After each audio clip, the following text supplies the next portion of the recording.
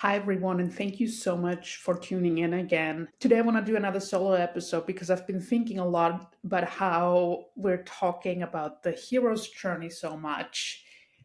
And I realized that one of the biggest hero's journeys of my life so far was coming out when I was in my 20s. And it's definitely one of the scariest things, if not the scariest thing I've ever done, and it really required all of the strength and resilience and courage I had. But at the same time, I've also noticed that I still have a hard time telling the story because it was so difficult and there was a lot of stuff that happened afterwards that wasn't comfortable for me. I've noticed that I'm in a lot of ways an open book about my past and my struggles, but I've noticed that talking about my coming out experience is still really difficult for me. Even with my friends, I have not told all of my friends the whole story of my coming out just because it is such a vulnerable topic for me. And so I've I've felt really compelled to share this story with you in a way because I do feel like it's for me my one of my biggest hero's journeys, and I I don't think I can really tell the story of my life without my coming out story. So I really wanted to talk today about stepping out of our comfort zones, and I felt like I can't do that without stepping outside my comfort zone and finally finally really owning my coming out story and telling it. So that's what we'll be talking about today. I didn't really prepare for this episode. I just wanted to kind of see what's coming up and tell the most vulnerable and the truest story I can. But I did look up a few quotes that really have stuck with me over the years as I'm thinking about being brave, stepping outside our comfort zones, and that also requires vulnerability and a lot of discomfort. So, one of the quotes that I was reminded of is by Dr. Susan David. And here's the direct quote: "Discomfort is the price of admission to a meaningful life." And that's really the quote that I've been thinking about and holding in my heart as I'm telling you the story. So, here we go. I'm gonna tell you my coming out story, and with that, my intention is not only that hopefully this is helpful for anyone hearing this, even if it's just helpful for one person listening to this. I'm super happy, and that's really what one of the things this podcast is about. I want it to be helpful. But for me, it's also telling my story. I'm hoping that by sharing it in this very public way, that I'm finally owning that part of my story. So the story starts with my exchange year in Ohio. So growing up, I've always been a different kid from the people around me. There's no way around this. I was a tomboy. I remember one time my when I was really little, maybe 8 or something, and my so because I grew up in Austria, my grandma took me and my sister's dirndl shopping, and I insisted on getting lederhosen instead. And I mean, also very cool. I don't think there was like an argument with my grandma about it. She just bought me lederhosen. And so that is first of all really cool. And that's something I'm grateful for. But yes, I've always been a different kid. That's one of the reasons why I was bullied, because I was so different. And throughout the years, I've been told about my bullying experience when I was 12, 13. Then I had a group of friends that I blended in with. I love those friends, great friends. At the same time, throughout those years, I was never fully authentic because I always held that major part back from everyone and myself. I was so deep in the closet that I did not admit it to myself. I would have crushes every now and then, and that was always a really painful experience. But whenever those feelings came up, Maybe I let myself have some fantasies about someone that I crush on. But whenever those feelings arose and whenever those feelings came up, I would do my best to kind of push them away. And I would make a very strong effort, a very concerted effort to tell myself, okay, this is a part that I'm never going to show to the world because I was already so different and I didn't want to be any more different than other people around me because I wanted to blend in. I wanted to try my best to be like the people around me. And in small town Austria, when I was in my teenage years, it meant dressing up in a skirt now and then, having a girly haircut. And even though those things never looked or felt right on me, it was just a decision I made and something I had to do. So me going dancing with my in my skirt and my, I guess it was like a tube, I don't know what they're called, like a sleeveless top that looked feminine, never looked right, but it is a decision I made and it is a decision I was going to stick to. Throughout the years, I would have my crushes and those feelings would pop up, but every time I made the a decision to not go for it because I was already so different and I wasn't gonna make myself even more of an outsider, if that makes sense. I remember, so I had this group of friends when I was 16, 17. Most of them didn't go to my school, which was really helpful. And I once had a crush on a schoolmate, and I told them about it, and they were really cool about it. And that group of friends, I mean, yeah, we had our issues too, but I'm forever grateful to them because they were just my like kind of my group of angels when I needed them, I would say. And so yeah, I would always make that very, very concerted effort and decision to, okay, I'm not gonna go for it. And even after I told my friends when I was probably like more closer to 18, 19.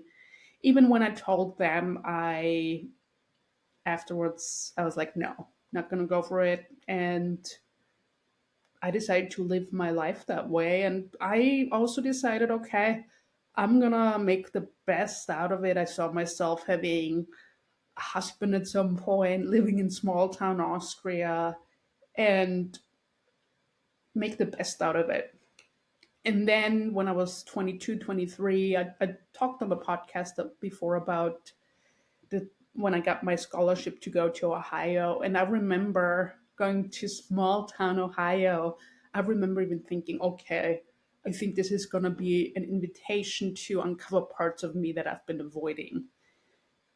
And like in the back of my head, I had a sense of what that might be, but at the same time, like, I'm not going to go for it. But I was also really curious to see what might be coming up in Ohio. In Ohio, I think several things happened. So, first of all, I already had to take that major step to step out of my comfort zone, to go to a different country. And even though I really, really wanted it, it was a dream come true, I was so scared because I always thought I'm just going to be living in my small town in Austria forever, where everyone knows each other. Yet, when I was younger, I didn't do very well in school, or I did horribly in school, let's be honest. I just didn't see a way out. And I went to a different city for college, but still would spend most of my weekends back in small town Austria, kind of living the same life I'd always lived. On the weekends, hang out with my friends I knew from school, and that's just how I envisioned my life. So Ohio was a major step outside my comfort zone. And I knew I was going to be invited to look at parts of me that I kind of avoided. And then there was also in Ohio, there was lots of stillness, lots of quiet because I didn't have many friends. I became close friends with some of the other international students, but yeah, it was different than in my small town where everyone knew each other and I could just walk outside and probably run into someone I knew or who knew my parents or my grandparents. So it was a very different experience because here I was, I mean, still in a small town, but kind of like and more of a freedom to be who I was. At the same time, lots of silence, lots of time with my thoughts. And I also met, as I mentioned in previous podcasts, one of the first openly queer people in my life who was also comfortable with their identity. And this was 2007, 2008. So that was a big deal. Especially that was someone coming from small town Austria too. So all of that kind of set the stage for my coming out. And I remember, and that's important context too. I found an apartment living with three roommates, and they were like super feminine, very pretty, kind of like the all American girls. I found them through an apartment listing site through the university, I believe. And I remember meeting them. I was totally intimidated. And also they were super nice. I have to say, they were in my head in a way everything that I wasn't. They were like the cool popular girls, and I was so awkward. And meeting them, I was intimidated, and I was also like, okay, gotta do my best to fit in. And I remember even one day I went to Old Navy with them, and they were trying on things, and they didn't know I was in the like changing room next to them, and I could overhear them talking about, yeah, that I'm always so awkward and they don't know why. And I think they even like meant really well, because I think they wanted me to be comfortable. And at that point I was still officially straight. So I really tried kind of to win them over, because I just wanted to be liked. And it was kind of like at home. I wanted to blend in. I wanted to belong, even if it was conditional, even if I had to hide in their shadows. I just wanted a group of people I could belong to, and especially after my bullying experience in school, I just wanted to belong to the cool kids, even though I think a part of me always knew I would never belong. So that's important context. So I had this queer friend who I got really close to, and officially I was still heterosexual. But yeah, we would hang out a lot together, we would chat, and I think be like having this close relationship with someone who didn't know my past, who didn't know my upbringing, who didn't kind of see me live through those struggles of my teenage years, it just made me more open about certain things. And I remember one day, I think we were sitting in the cafeteria, and we were talking about something. I think I said something about an attractive woman or something like that. And he looked at me and he said, Andrea, you're not fully straight, right? And in the moment, I laughed it off, but I carried that with me. And then I remember, I think it was shortly after, my mom's friend in Austria had an elderly aunt that lived in New York, or lived on Long Island. And she, for in spring break, invited me to come visit her for a week, told me her niece is going to be there too. I was like, yeah, cool. I took the train to New York, and then I was going to take a local train in the evening to Long Island. She would pick me up. And then my train came in late, and I think there would have been a later train, but I called her saying, "Oh, you know what? I'll just stay in New York for the night, and I'll come tomorrow morning." And so that night in New York, I did something that was really scary for me in the moment, but I just felt that inner urge to do it. So I think it must have been for the first time in my life, I went to a lesbian bar. And I remember I was so uncomfortable being there. I felt so wrong.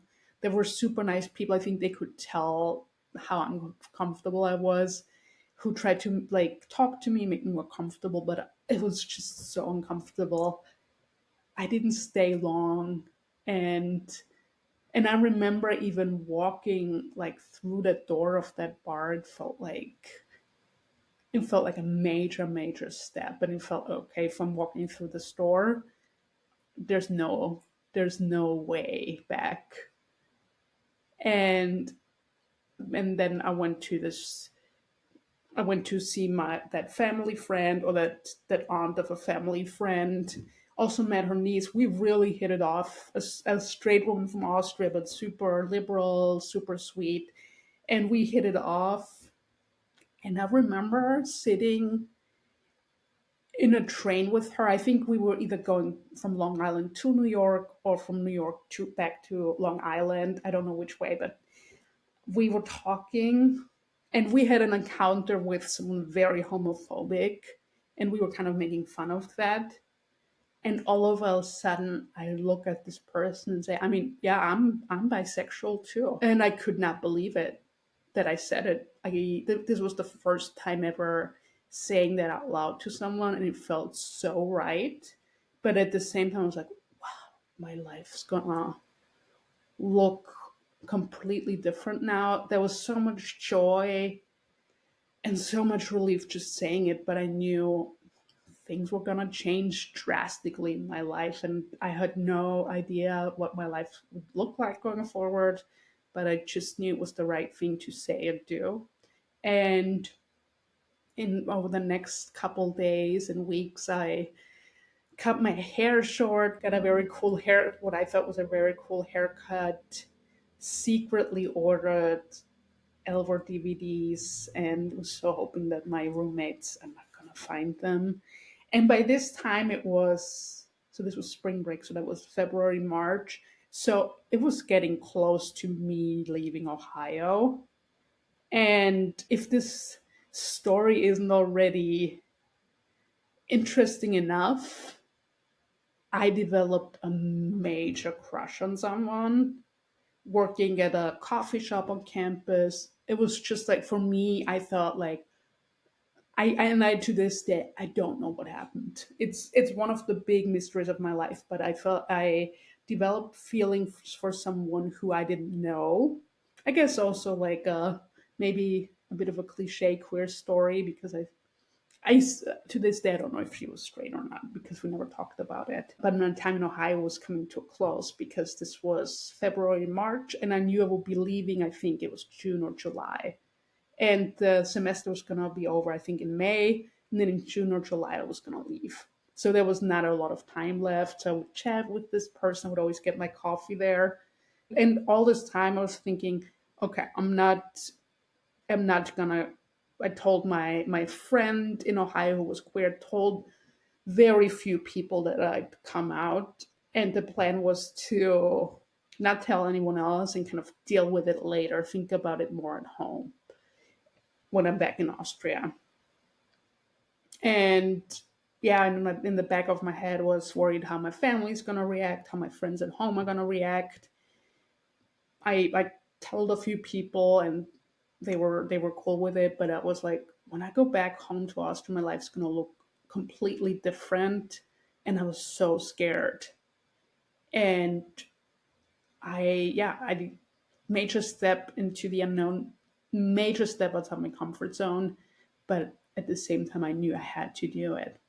So the plan was to not come out in Ohio, because there was not a lot of time left. I didn't want to tell my roommates, because again, I thought they were really cool. I don't know. This again was 2007, 2008. I don't even know how they were going to react. So the plan was not to say anything and just deal with it when I'm back in Austria. So, but then I developed feelings for this person, and then I did something that to this day even surprises me. So I was like, and at this point, I think it was April. So time was really, it was getting close to leaving. Let's put it that way. And at some point, I just decided to throw a going away party, a farewell party, and I invited that crush from the coffee shop and some of our coworkers. Invited a lot of my friends, my roommates, and and I think I even remember the date. I think it was like April 18th. That's what I'm thinking, because it was such a monumental day for me. I got trashed at my party. And I didn't think my crush would show up, but she did. We talked a little. I was actually not very nice, because I was so insecure I was so insecure. I remember I was wearing black skinny jeans, turtle shirt with the sleeves cut off, and a black vest. So kind of like in my head, looking really cool. I kind of had that emo vibe going on that was hip at that time. But on the inside, I felt so insecure, and I just wanted to. I think in my head, I just wanted to make sure she doesn't realized that I've a crush on her. So I was kind of like rude to her and dismissive. Oh, and like on the inside, I was like crying out because I really liked the person, and but at the same time, I knew it's not going to happen. Like I didn't even know what the game plan was because in my head, I was still like so naive and just couldn't make sense of my own feelings that I thought, oh, maybe we could be really good friends. And obviously, it was more than that for me. And I felt bad for crushing on a straight person because for me, that was always a big no no. And I really just wanted to her to know, I just wanted to send a signal, oh, I don't have a crush on you. So I was kind of rude to her, which I really regretted. Again, got really trashed. And then at some point she left, and I was like, oh my God, might never see this person again. And I might never have the opportunity to tell her how I feel, even though it was a stranger, possibly straight person. I don't know to this day. And I felt really devastated. And I remember turning to the friend next to me again. I was really drunk. And I said, can you come to my bedroom with me? And I was bawling my eyes out at that point. And he was like, maybe you should just like message her. And I did, just saying, yeah, she's a special person and would have loved to get to know her, something like that. Like I was so drunk, that's something old Andrea would have never done because I felt also like so weird about her knowing my feelings. I felt weird again about crushing on a straight girl. I didn't want to make her uncomfortable. I also felt weird about her knowing. And I didn't say I had a crush on her, just say, yeah, you're a special person or something. And lots of difficult emotions. So I was bawling my eyes out. My party was in full swing outside my bedroom door. I ended up, as far as I can remember, because again, I was very drunk. I ended up telling more people, more of my close friends. I kind of like asked them all inside my bedroom and told them. And at some point, I remember just laying in bed at my own party and people coming in and out trying to check on me, my close friends who knew what was going on. Also, other people came in and I came out to them. I knew I kind of had created a mess. I felt like I kind of created a mess.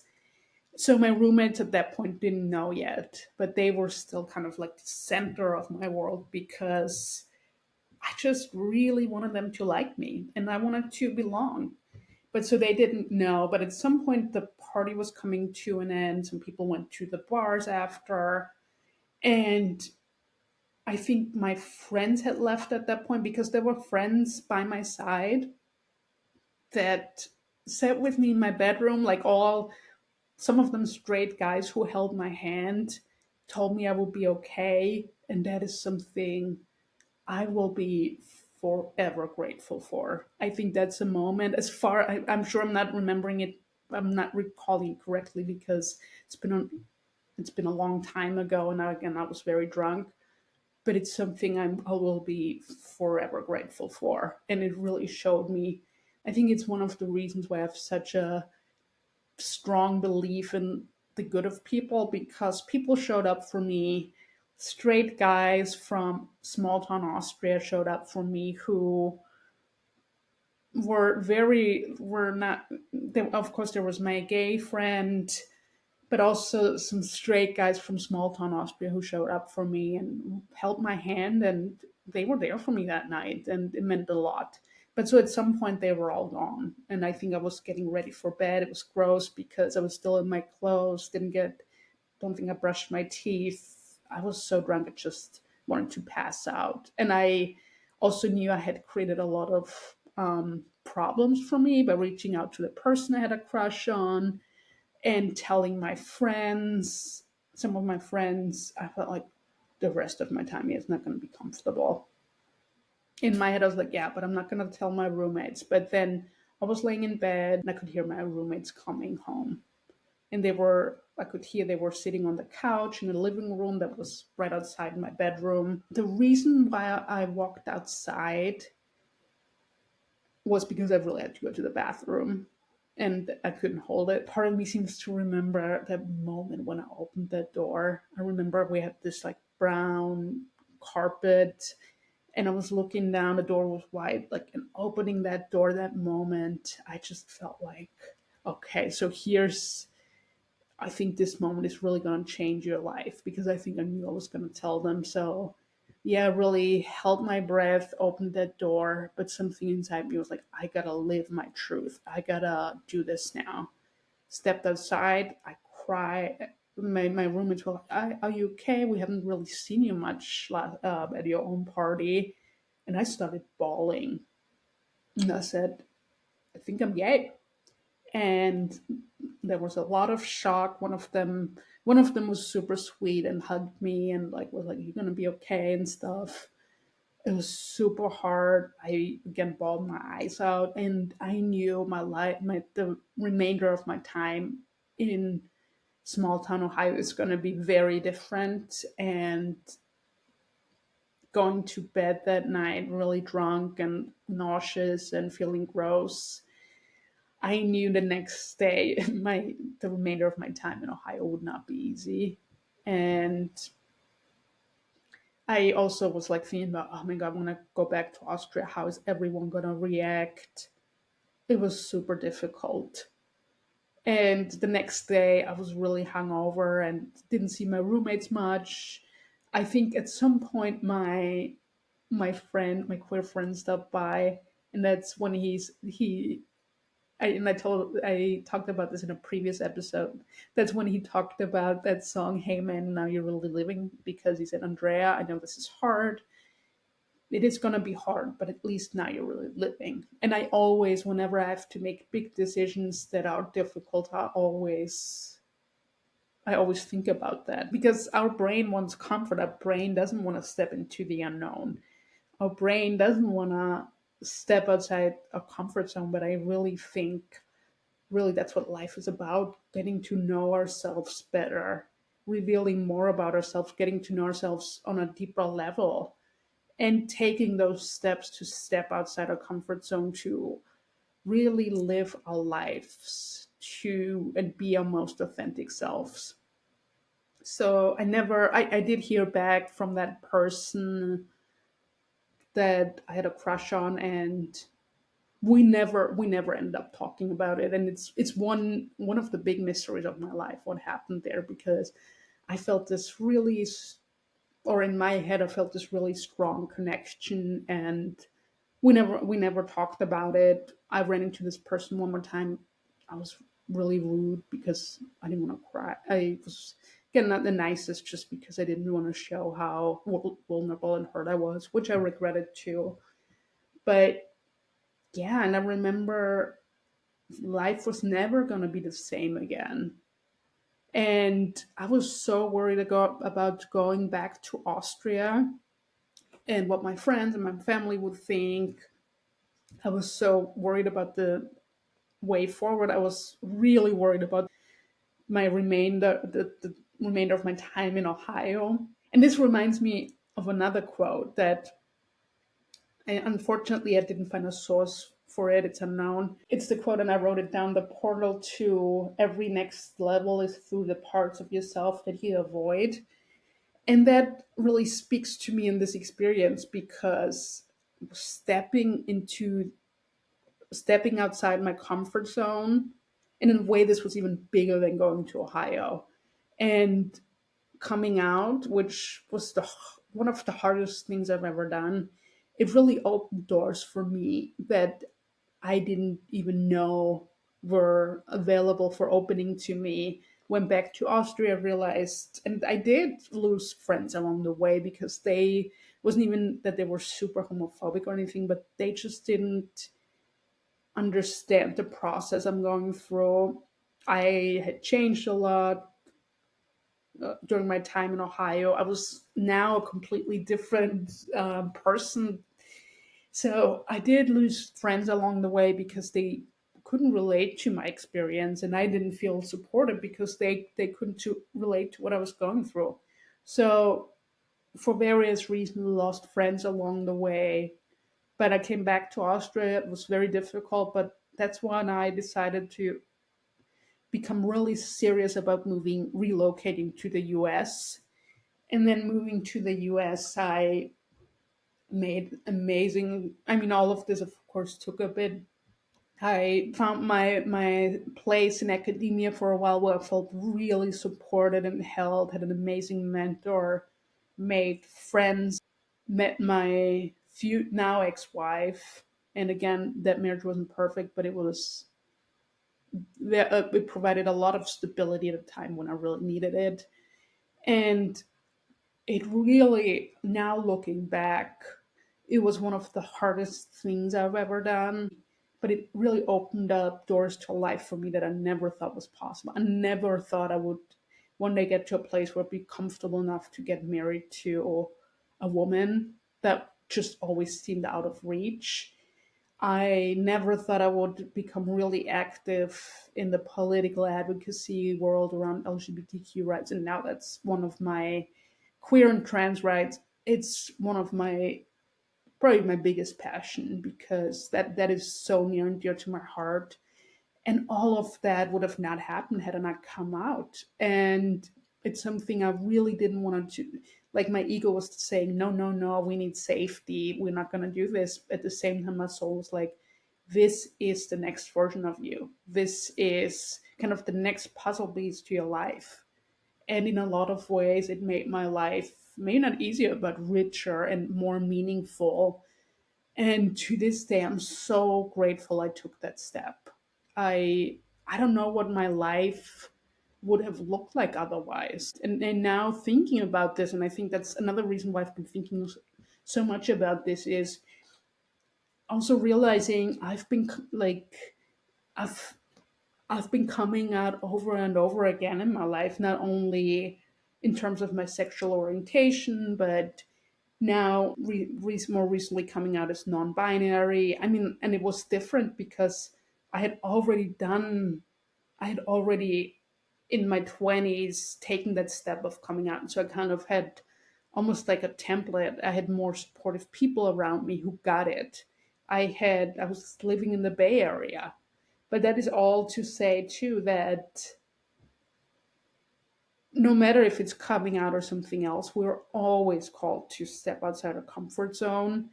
And it's so uncomfortable in the moment. It's so difficult, but it is it makes our life in the end richer if we kind of live through the discomfort, work through the discomfort, and step into the unknown. When we listen to our hearts and to our souls and take those steps to become more authentic versions of ourselves, it makes life so much more meaningful. And from my experience, I can say it took me on a path towards building a life that is beyond anything I could have ever imagined for myself. Never thought I would come back to the Bay Area. Never thought I would one day. I mean, right now I'm single, but I'm sure I'm gonna meet an awesome person one day where that feels like, okay, this is my person. And none of this, even in my, it had a major impact on my career in terms of that the direction I went to, because I really see my purpose being connected to making a difference in the lives of queer and trans people, no matter how small or big. I really feel like that's one of the reasons I'm here on planet Earth. So, in all different ways, it made my life so much, it gave my life meaning, it gave my life so much, even though after coming out was some of the hardest years of my life. I never regretted it. I never looked back thinking I shouldn't have done it, because again, it unlocked a life that is far beyond anything I could ever have imagined for myself. Even now, for me, kind of rediscovering my spirituality and really stepping into that, even that is for me in a way a coming out, because I have a research background. A lot of people I'm connected with are researchers. So it's almost like saying, okay, I feel like there's something beyond this world, and coming out as spiritual, it almost feels like another coming out process that I have to fully own. So all of this is to say, again, I wanted to tell this story because it was felt really important. I felt really called to do it. It felt really important for me to tell this story in this public forum. So I finally own that part of my story. But I'm also hoping it helps other people listening. And for me, it's a good example of what can happen when we take those steps outside our comfort zone. When we go inwards, really take the time to listen to our hearts and souls, get rid of the distractions, and taking steps into our own truth. So I hope listening to this story was helpful. I want to do more around, I want to do more episodes around stepping outside our comfort zones and showing courage, because I feel like we as a community, that's what we do. Being courageous and showing and revealing our true selves to create change in the world. In closing, I also wanted to share another reason why I chose this topic today. I started rereading one of my all-time favorite books, Feel the Fear and Do It Anyways, by Dr. I think her name is Dr. Susan Jeffers. I also put it in the show notes. It's all about managing fear, taking steps outside a comfort zone in order to live a meaningful life. Because I wanted to initially I had planned an episode on books that have made a change on along my path. And reading the book, I felt really compelled to finally tell my coming out story in this format, because that was even just telling it was a major step outside the comfort zone for me. And whenever we call, and the way our brain is wired, I know we our ego wants to go back to safety. So I felt a lot of inner dialogue around, oh, you shouldn't do it, it's stupid, it's a stupid idea, or why are you telling this story now? But listening to my heart and soul, I really felt compelled to share this story. And right now, there's lots of areas in my life where I'm kind of feeling called to be brave and courageous and kind of stay in that zone of discomfort to make meaningful change. And in those moments, I like to remind myself of my coming out story and how hard that was in the moment, but how true it felt, and how it led me to a life that is beyond anything I could ever have dreamed of or envisioned for myself. Thank you so much for joining. Again, I hope this was helpful, hearing more about my personal story. Really appreciate everyone tuning in. If this episode or the podcast is helpful to you, I would love it if you could subscribe, follow, and rate and review, because it really helps the show a lot. Thank you so much for tuning in. I know we're living in a crazy, crazy time, but I again, I'm an eternal optimist. I do believe all of this is hopefully going to lead us as a society and kind of global family to a better place. Sending you much love. And as always, I hope you're kind to yourself this week and always, because this time we're living through difficult times and really requires us to be kind and good to ourselves.